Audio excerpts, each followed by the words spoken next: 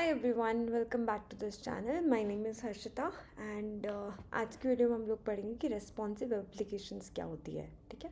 सो आपने कई बार ऐसे नोटिस किया होगा कि जब आप किसी कंपनी का जॉब प्रोफाइल देख रहे होते हो या फिर जेडी चेक कर रहे होते हो, है ना, तो बहुत सारी जगह ऐसा होता है कि दे आर आस्किंग फॉर कि like we are looking for people जिनको HTML5 का एक्सपीरियंस हो, जिनको CSS3 का एक्सपीरियंस हो और जिनको एक्सपीरियंस हो रेस्पॉन्सिव वेब एप्लीकेशंस का। तो बहुत सारे ऐसे मतलब उनके जॉब डिस्क्रिप्शन के अंदर ही रिटर्न होता है कि आपको एटलीस्ट रिस्पॉन्सिव एप्लीकेशन पता होनी चाहिए या फिर आपने उनके ऊपर वर्क किया होना चाहिए। ठीक है। तो ये बहुत ही इंपॉर्टेंट एस्पेक्ट होता है जॉब के बेसिस पर भी। ठीक है। तो एक सिंपल सा छोटा सा टॉपिक है जो आपको डायरेक्टली जॉब के ऊपर हेल्प करता है, जो आपके इवन जेडी का पार्ट होता है। JD is job description. ठीक है। जो आपके जेडी तक का पार्ट होता है। ओके। सो हम लोग के लिए ये टॉपिक बहुत ज़्यादा इंपॉर्टेंट है टू अंडरस्टैंड कि क्या होता है रेस्पॉन्सिव एप्लीकेशंस। ठीक है। सबसे पहले एक एग्जांपल देती हूँ कि रेस्पॉन्सिव एप्लीकेशंस किस टाइप की होती है, क्या होती है, आप क्या कहना चाहते हो जब आप कहते हो कि कोई वेब एप्लीकेशन रेस्पॉन्सिव एप्लीकेशन है। ठीक है। सो इट्स लाइक कि जब आप अमेज़ॉन को विजिट करते हो, लाइक, ठीक है, फॉर एग्जांपल आप amazon.in सर्च करते हो या फिर जब आप google.co.com सर्च करते हो, है ना।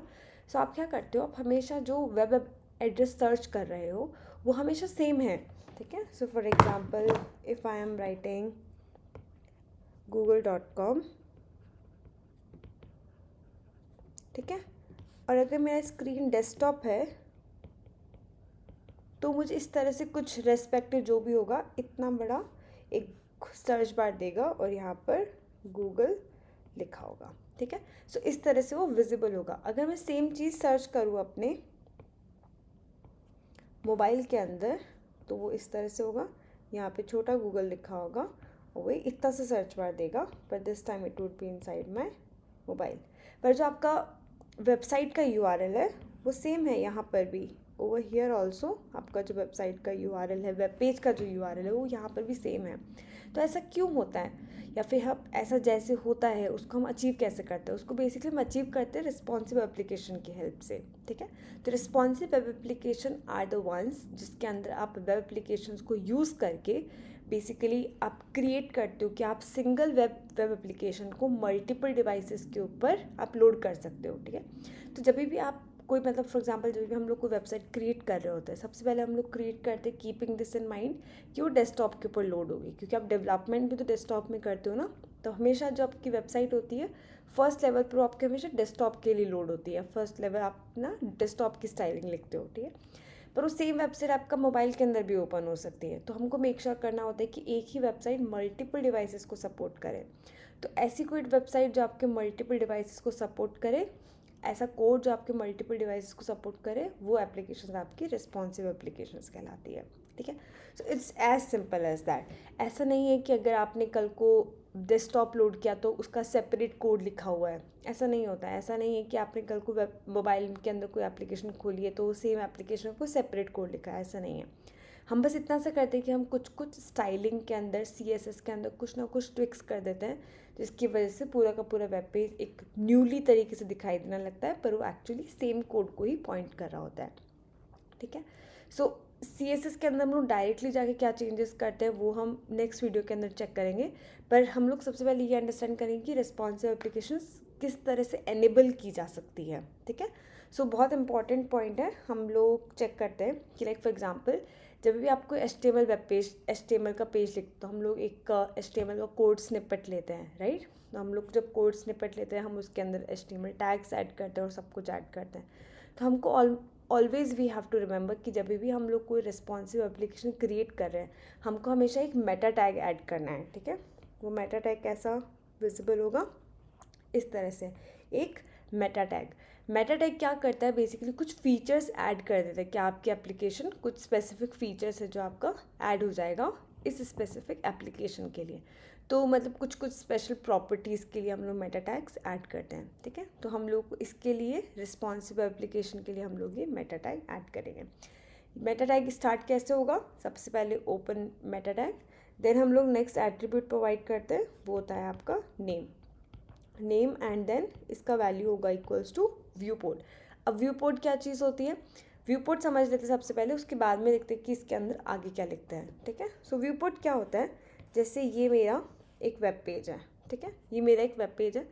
वेब पेज नहीं कहूँगी, लेट्स अज्यूम कि ये आपका पूरा पूरा स्क्रीन पर ये दिख रहा है अगर आपने कोई ब्राउज़र ओपन किया है तो, ठीक है। सबसे पहले क्या होगा, ऊपर ही ऊपर मुझे टैब्स दिखाई देंगे, 1 टैब, 2 टैब, 3 टैब, फिर एक प्लस सिंबल, है ना, इस तरह से टैब दिखाई देते हैं। ये जब टैब दिखाई दे गए, उसके बाद में मेरा यहाँ पर दिखाई देगा आपका URL बार, आपका जहाँ पे वेब पेज का URL एंटर करते हो ये दिखाई देगा। उसके बाद में हो सकता है कि आपको नीचे दिखाई दे आपका बुकमार्क्स बार, ये आपका बुकमार्क्स बार दिखाई देता है, ठीक है। उसके बाद में जो नेक्स्ट जो आता है वो होता है आपका ये होता है आपका वेब पेज। तो ये जो एरिया है, स्पेसिफिक एरिया जो है आपका, ये basically this specific area is known as your viewport, कि जो आपका एंटायर ब्राउज़र का या फिर एंटायर जो आपका सिस्टम का स्क्रीन है, उस एंटायर स्क्रीन के अंदर आपका कितना ऐसा पार्ट है जो कि आपके एक्चुअली यूज़र को विजिबल है। जितना पार्ट आपका यूज़र को विजिबल है, that specific part is known as your viewport, वो आपका व्यू पोर्ट कहलाता है, ठीक है। तो हम लोग यहाँ पर देते हैं कि नेम व्यू पोर्ट। उसके बाद में हम लोग एक और एट्रीब्यूट इसके अंदर आता है, वो होता है कंटेंट। कंटेंट दिया हम लोगों ने, इसका वैल्यू क्या होगा हम लोग यहाँ पे डिसाइड करते हैं, हम लोग उसको प्रोवाइड करते हैं कि हम लोग आपको एक विड्थ देंगे, ठीक है। So width equals to device hyphen width, ये हम लोग एक और वैल्यूज़ को प्रोवाइड करते हैं। अदर देन दिस, तो ये बेसिकली क्या करता है कि जो एंटायर कंटेंट है उसका विड्थ होना चाहिए इक्वल्स टू डिवाइस का विड्थ कितना है। अगर मैं डेस्कटॉप पे लोड कर रही हूँ तो जो कंटेंट है मेरा डेस्कटॉप की विड्थ के अकॉर्डिंग लोड करना चाहिए। अगर मोबाइल पे लोड कर रही हूँ तो वो मोबाइल की डिवाइस की विड्थ के अकॉर्डिंग लोड करना चाहिए। तो इस वजह से ये एट्रीब्यूट और ये वैल्यू पास करना बहुत इंपॉर्टेंट हो जाता है। इसके अंदर ही हम लोग एक और वैल्यू प्रोवाइड करते हैं, इनिशियल स्केल, ठीक है।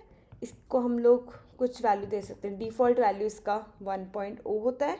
यहाँ पर ये मेटा टैग आपका क्लोज हो जाता है, ये ज़रूरी नहीं है क्लोजिंग टैग लगाना, या यहाँ पर आपका मेटा टैग क्लोज जाता है।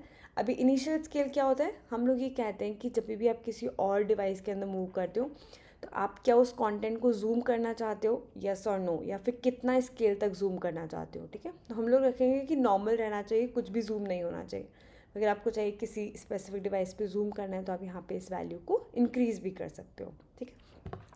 ये सब पॉइंट्स होते हैं कि आप लोगों को अगर कोई भी एप्लीकेशन को अगर रिस्पॉन्सिव एप्लीकेशन में कन्वर्ट करना है तो आपको मेक श्योर करना है कि आपका ये मेटा टैग एटलीस्ट आपके इसके अंदर एडिड हो। आपके अगर वेब पेज के अंदर ये मेटा टैग ऐड नहीं है तो फिर आपका रिस्पॉन्सिव एप्लीकेशन क्रिएट नहीं हो सकता। Okay, so this is very very important. अब हम लोग कोड के अंदर जाके चेक करते हैं कि एक नॉर्मल एप्लीकेशन और एक रिस्पॉन्सिव एप्लीकेशन में क्या डिफरेंस है। ओके, यहाँ पर मैंने एक index.html फाइल क्रिएट करी है और इसका बेसिक स्निपेट HTML का स्निपेट यहाँ पर ऐड किया है, ठीक है। तो आप नोटिस करोगे कि बाय डिफ़ॉल्ट यहाँ पर एक मेटा टैग ऑलरेडी एडेड रहता है जो व्यू पोर्ट के लिए बेसिकली ही उसके लिए ही आपका यहाँ पे सेटअप रहता है जो आपके रिस्पॉन्सिव एप्लीकेशंस को सपोर्ट करता है, ठीक है।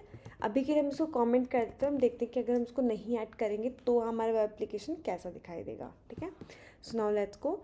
यहाँ पर मैं क्या करती हूँ, यहाँ पर मैं कुछ कंटेंट ऐड करती हूँ, लाइक फॉर एग्जांपल कुछ इमेज ऐड कर लेते हैं, कुछ टेक्स्ट ऐड कर लेते हैं, ठीक है। सो लाइक फॉर एग्जांपल अगर मैं कुछ इमेज ऐड कर लेती हूँ, यहाँ पे जाते हैं, कुछ इमेजेस सर्च करते हैं, go to images, like for example हमको ये वाला चाहिए, ठीक है। Right click, copy image address, यहाँ आओ, सोर्स के अंदर इमेज एड्रेस पुट करो, ये हो गया।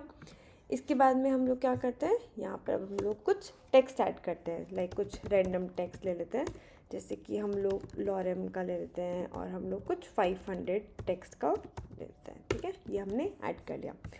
जब हम लोग ये ऐड कर लेंगे तो हम लोग क्या करते हैं, इसको HTML फाइल को ब्राउज़र के ऊपर रन करके देखते हैं, ठीक है, कि अभी करंटली किस तरह से दिखाई दे रही है। तो आप देखो कि आपका इमेज आ रहा है यहाँ पे और आपका टेक्स्ट भी विजिबल है, ठीक है।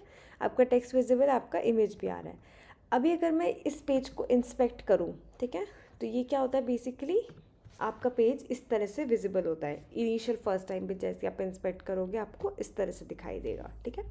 आपको एलिमेंट्स के अंदर आपका सारा का सारा HTML कोड विजिबल होगा, ठीक है। नाउ नेक्स्ट थिंग क्या होती है कि आपके पास में ये 2 बटन्स होते हैं यहाँ पे एलिमेंट्स के जस्ट पास में लेफ्ट साइड में, ठीक है।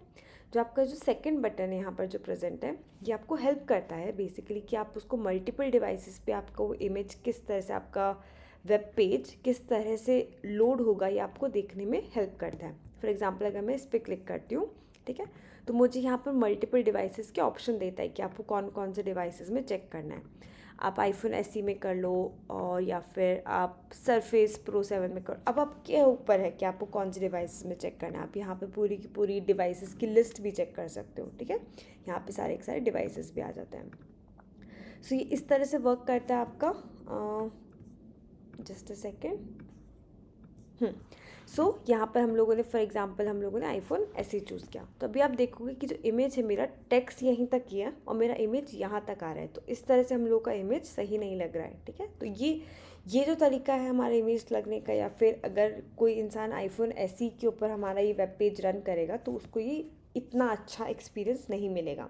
क्या होना चाहिए, या तो ये टेक्स्ट यहाँ तक आए, या फिर ये चीज़ यहाँ तक आए, या फिर इमेज कम हो जाए, पर ऐसा तो नहीं हो सकता। टेक्स्ट पूरा स्प्रेड होना चाहिए, इमेज एकदम मतलब पूरी की पूरी डिवाइस विड्थ को कैप्चर करना चाहिए, ठीक है। तो हम लोग क्या करेंगे, अब लोग यहाँ पर अब ये मेटा टैग ऐड कर देते हैं। अभी आप इसके अंदर नोटिस करोगे कि जो टेक्स्ट है या फिर जो पूरा का पूरा जो वेब पेज है थोड़ा सा एक्चुअली जूम्ड आउट हो गया है, ठीक है। तो ये एक्चुअली इस तरह से दिखाई देना चाहिए आपको कि जो आपका टेक्स्ट है उसने इस तरह से पेज को एक्वायर कर रखा है। तो इसका मतलब क्या हो रहा है, जो आपका इमेज हो रहा है वो एक्सेस विड्थ ले रहा है और उसकी वजह से वो टेक्स्ट कंटेंट छोटा हो रहा है। और क्योंकि दोनों चीज़ें रिलेटिवली एक दूसरे के साथ वर्क कर रही है, तो हम लोग क्या करेंगे, इसके अंदर हम लोग एक एक्स्ट्रा एज कंडीशन पुट करते हैं कि जो इमेज होनी चाहिए आपकी वो मैक्सिमम आपका 100% विड्थ ही लेना चाहिए, उससे ऊपर नहीं जाना चाहिए, ठीक है। तो हम लोग यहाँ पे एक स्टाइलिंग ऐड करते हैं, ठीक है।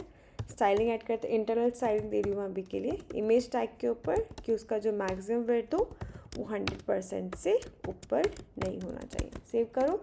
जैसे आप इसको रीलोड करोगे अब आप देखोगे कि आपका जो टेक्स्ट है वो भी अच्छे से दिख रहा है, आपका जो इमेज है वो अच्छे से दिख रहा है, ये आपका वेब पेज के लिए करेक्ट है, ठीक है। अगर मैं इसको यहाँ से क्लोज भी कर दूँ, अगर मुझे इंस्पेक्ट नहीं भी देखना हो, अब ये मेरा मेन वेब पेज है, ऐसे भी देखना है तो ये अभी भी करेक्ट दिख रहा है। अगर मैं ऐसे देखना है तो ऐसे भी करेक्ट दिख रहा है, ठीक है।